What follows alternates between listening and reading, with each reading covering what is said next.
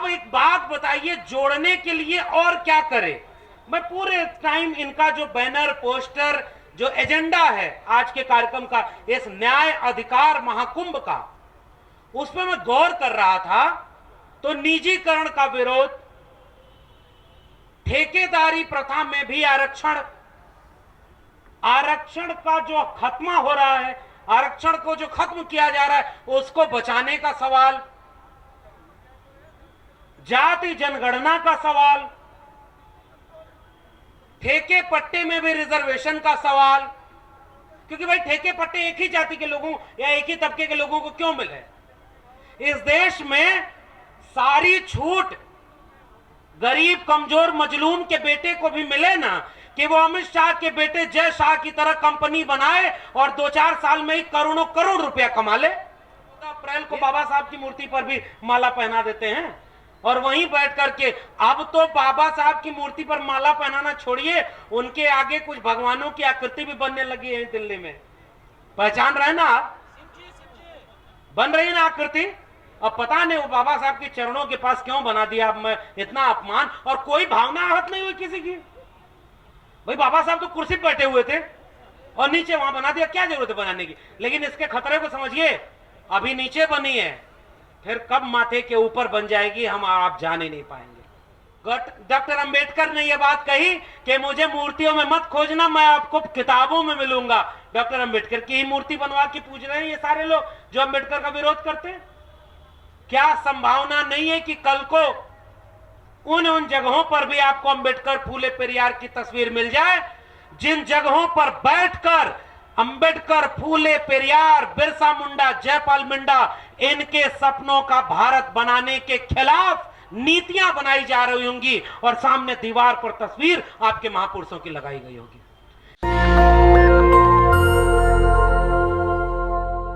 बहुसंख्यक समाज की वाजिब और समुचित हिस्सेदारी के लिए आयोजित न्याय अधिकार महाकुंभ में आए हुए आप सभी देश भर के सभी सम्मानित लोगों को मेरा क्रांतिकारी जय भीम, जय मंडल, जय संविधान है, इंकलाब जिंदाबाद है। नाम तो इसका रखा गया है महाकुंभ। पहली आपत्ति मैं इसी से दर्ज करूं। अब कुंभ शब्द देखिए कहां से आया है, और कुंभ का पौराणिक और ऐतिहासिक संदर्भ क्या है, आयोजक लोग गौर करेंगे। यह है ना वहां वाला शब्द जिधर से दिक्कत है। बुजुर्ग लोग भी बैठे हैं, आप लोग बताएं, है ना उधर का? अब उसके बाद आयोजकों ने क्या सोचकर इसको नाम रखा होगा? वो वाला तो नहीं रखा होगा।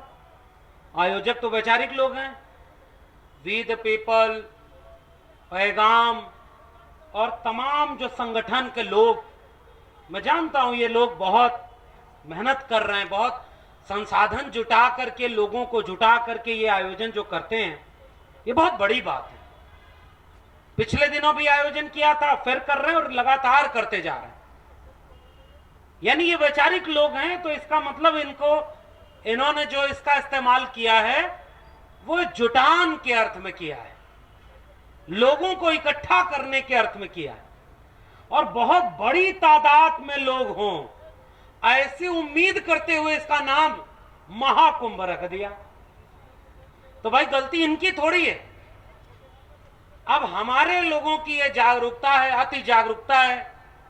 हमारे लोग इतने ज्यादा जागरूक हो गए हैं कि अब ऐसे कार्यक्रमों में भी जाने की जरूरत नहीं महसूस करते।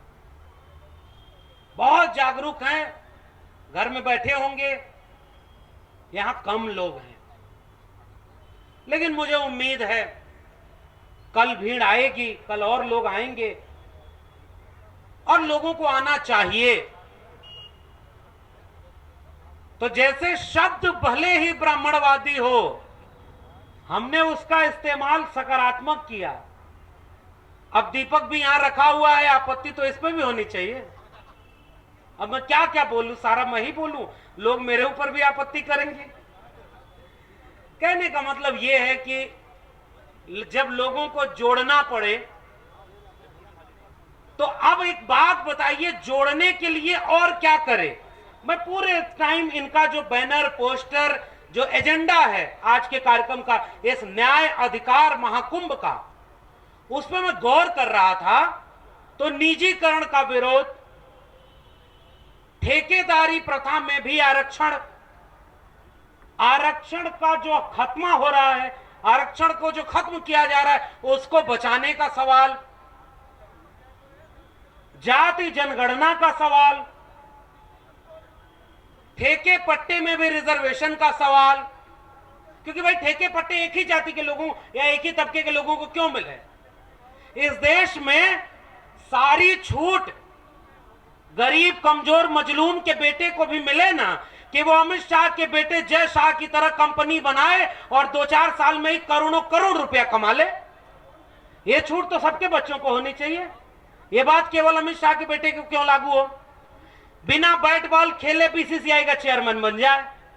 यहां तो आप सब कुछ खेलते रहिए, तब भी आपको 32 साल की उम्र में जाकर मौका मिलेगा क्रिकेट खेलने का, और लोग कहेंगे कि भाई अगर ये सवाल पूछ दो कि लोगों को 19-20 साल की उम्र में क्रिकेट खेलने का मौका मिल जाए, ये सुपरस्टार था इसको मौका क्यों नहीं मिला, तो लोग कह रहे हैं कि ये जातिवादी लोग हैं। देखो, जातिवादी सवाल कर रहे हैं। क्रिकेटर की जाति नहीं होती तो बताओ, जाति अगर इनकी नहीं है तो जातिगत भेदभाव इन्हीं लोगों के साथ क्यों हुआ? वो एजेंडा भी इनके बहस में शामिल है, जाति जनगणना से लेकर ठेके पट्टे में हिस्सेदारी का सवाल। और एक दिलचस्प एजेंडा है पुरानी पेंशन बहाली का। अब एक बात बताइए, पुरानी पेंशन बहाली का सवाल क्या केवल इस देश के SC ST OBC का सवाल है? आप लोग जितने लोग हैं बताइए, क्या पेंशन केवल इसका लाभ SC ST OBC मिलेगा कि अपर कास्ट मिलेगा? सबका सवाल है ना। तो इसका मतलब इस सम्मेलन में उन लोगों को भी आना चाहिए जिनका सवाल इसमें है। संविधान को बचाने का सवाल किसी जाति का सवाल है कि देश का सवाल है? पुरानी पेंशन किसी जाति का सवाल है कि देश का सवाल है? सबको बराबर की हिस्सेदारी और न्याय मिले, यह किसी जाति का सवाल है कि पूरे देश के बनाने का सवाल है?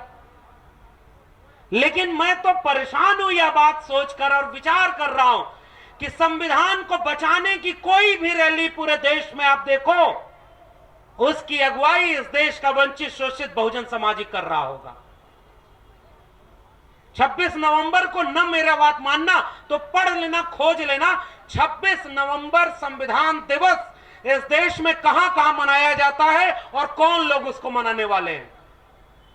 मैं तो आपको एक प्रयोग के रूप में एक सैंपल दे रहा हूं। सरकारी संस्था छोड़ दीजिएगा, सरकार तो सरकारी काम करती है। सरकारी लोग तो 14 अप्रैल को बाबा साहब की मूर्ति पर भी माला पहना देते हैं और वहीं बैठ करके, अब तो बाबा साहब की मूर्ति पर माला पहनाना छोड़िए, उनके आगे कुछ भगवानों की आकृति भी बनने लगी है दिल्ली में। पहचान रहे ना आप? बन रही ना आकृति। अब पता नहीं वो बाबा साहब के चरणों के पास क्यों बना दिया। अब मैं इतना अपमान, और कोई भावना आहत नहीं हुई किसी की। भाई बाबा साहब तो कुर्सी पर बैठे हुए थे और नीचे वहां बना दिया, क्या जरूरत है बनाने की? लेकिन इसके खतरे को समझिए, अभी नीचे बनी है, फिर कब माथे के ऊपर बन जाएगी हम आप जान ही नहीं पाएंगे। तथागत बुद्ध को अवतार घोषित कर दिया कि वो विष्णु के अवतार हैं, जिन्होंने किसी भी ईश्वर को मानने से मना कर दिया था। गौतम बुद्ध अनीश्वरवादी थे, वो आत्मा और ईश्वर को नहीं मानते थे। तो जो आत्मा और ईश्वर को ही न माने, मूर्ति पूजा को ही न माने, उन्हीं को भगवान बना दो। इस देश में यह हुआ कि नहीं हुआ? डॉक्टर अंबेडकर ने यह बात कही कि मुझे मूर्तियों में मत खोजना, मैं आपको किताबों में मिलूंगा। डॉक्टर अंबेडकर की ही मूर्ति बनवा के पूज रहे हैं ये सारे लोग जो अंबेडकर का विरोध करते हैं। क्या संभावना नहीं है कि कल को उन जगहों पर भी आपको अंबेडकर फूले पेरियार की तस्वीर मिल जाए, जिन जगहों पर बैठकर अंबेडकर, फूले पेरियार, बिरसा मुंडा, जयपाल मिंडा इनके सपनों का भारत बनाने के खिलाफ नीतियां बनाई जा रही होंगी और सामने दीवार पर तस्वीर आपके महापुरुषों की लगाई गई होगी। इस विरोधाभास को समझिए। और इसलिए मैं इस मंच के आयोजकों को मैं ये बात कह रहा हूं कि बहुत जरूरी कार्यक्रम इन्होंने किया है। जातिगत जनगणना का सवाल, प्रमोशन में रिजर्वेशन का सवाल, ठेकेदारी में सबको हिस्सेदारी का सवाल, पुरानी पेंशन का सवाल, संविधान को बचाने का सवाल, ये इस भारत का सवाल है। और इसलिए ये सारे संगठन के लोग गांव-गांव इसको पहुंचाएं, क्योंकि ये असली भारत को बचाने का सवाल है। बाकी तो देश में लोग काम कर ही रहे हैं लोगों को लड़ाने और आपस में तोड़ने का। और अगर ये नहीं बचा पाए और इसको कैसे करेंगे, मुझे लगता है कि अब दिल्ली के सेमिनारों में वो ताकत अब नहीं बची है।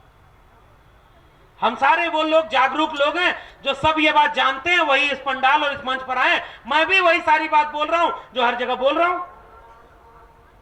यही सीमा आपकी भी है और मेरी भी है।